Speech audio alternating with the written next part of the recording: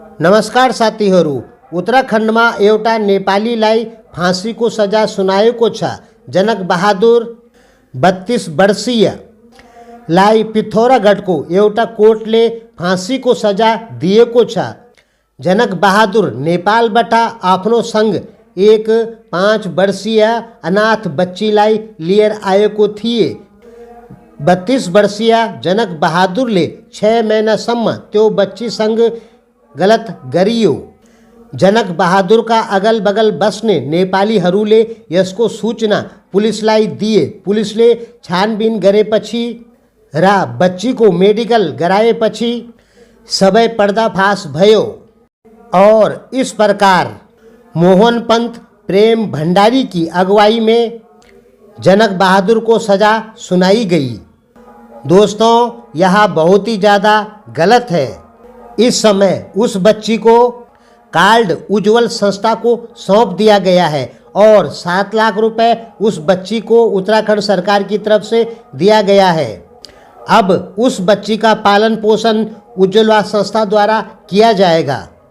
दोस्तों, उत्तराखंड में कानून व्यवस्था बहुत ही ज़्यादा टाइट है। आपको पता होना चाहिए कि लोकपाल बिल सबसे पहले उत्तराखंड ने ही पास किया, यानी भ्रष्टाचार उत्तराखंड में ज़्यादा नहीं है। और दोस्तों, आप उत्तराखंड में कभी भी नहीं सुनेंगे कि कोई लड़की किसी के साथ भाग गई।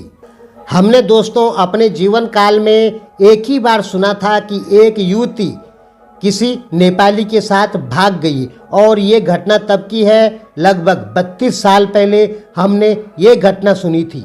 यानी हमारे यहाँ उत्तराखंड में ब्राह्मणों में ही शादी होती है, क्षत्रियों में ही शादी होती है और भागकर भी शादी नहीं होती है। कभी आपको ऐसी घटना नहीं सुनाई पड़ेगी कि कोई लड़की भाग गई। और दोस्तों, सबसे बड़ी बात है, उत्तराखंडी लोग अगर सही से देखें तो कहीं न कहीं ये लोग खस आर्यों में आते हैं, लेकिन उत्तराखंड में खस आर्य लोग मांस नहीं खाते हैं। यानी आप दशहरे पे देखेंगे तो हमारे यहाँ वो सब नहीं होता है जो नेपाल में होता है। हाँ, उत्तराखंड के जो लोग हैं ये शराब अवश्य पीते हैं और खूब पीते हैं, और इतना पीते हैं कि ये लोग सड़कों पे लटक जाते हैं। लेकिन मांस बहुत ही कम लोग खाते हैं। नेपाली लोग तो लगभग 70, 80, 90% मांस खाते हैं। उत्तराखंड के लोग शुद्ध शाकाहारी होते हैं। यानी कह सकते हैं कि उत्तराखंड में अपराध बहुत ही कम है। हाँ, प्लेन एरियो में कहीं कहीं होगा, देहरादून में है थोड़ा बहुत, हरिद्वार में भी है थोड़ा बहुत, ऋषिकेश में भी है। बाकी पहाड़ साइड में कभी आपको नहीं सुनाई देगा कि कहीं लड़ाई हो गई, कोई लड़की भग गई, कहीं किसी लड़की के साथ गलत हो गया, ऐसा कभी भी आपको नहीं सुनाई देगा। लेकिन इस प्रकार की जो घटना हुई, यह उत्तराखंड को कहीं न कहीं दाग लगाती है। उत्तराखंड को दोस्तों क्या दाग लगाएगी? दाग तो नेपालियों के ऊपर लग गया।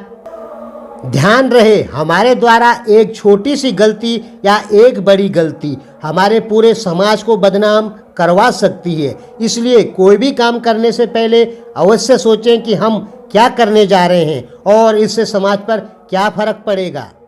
धन्यवाद दोस्तों।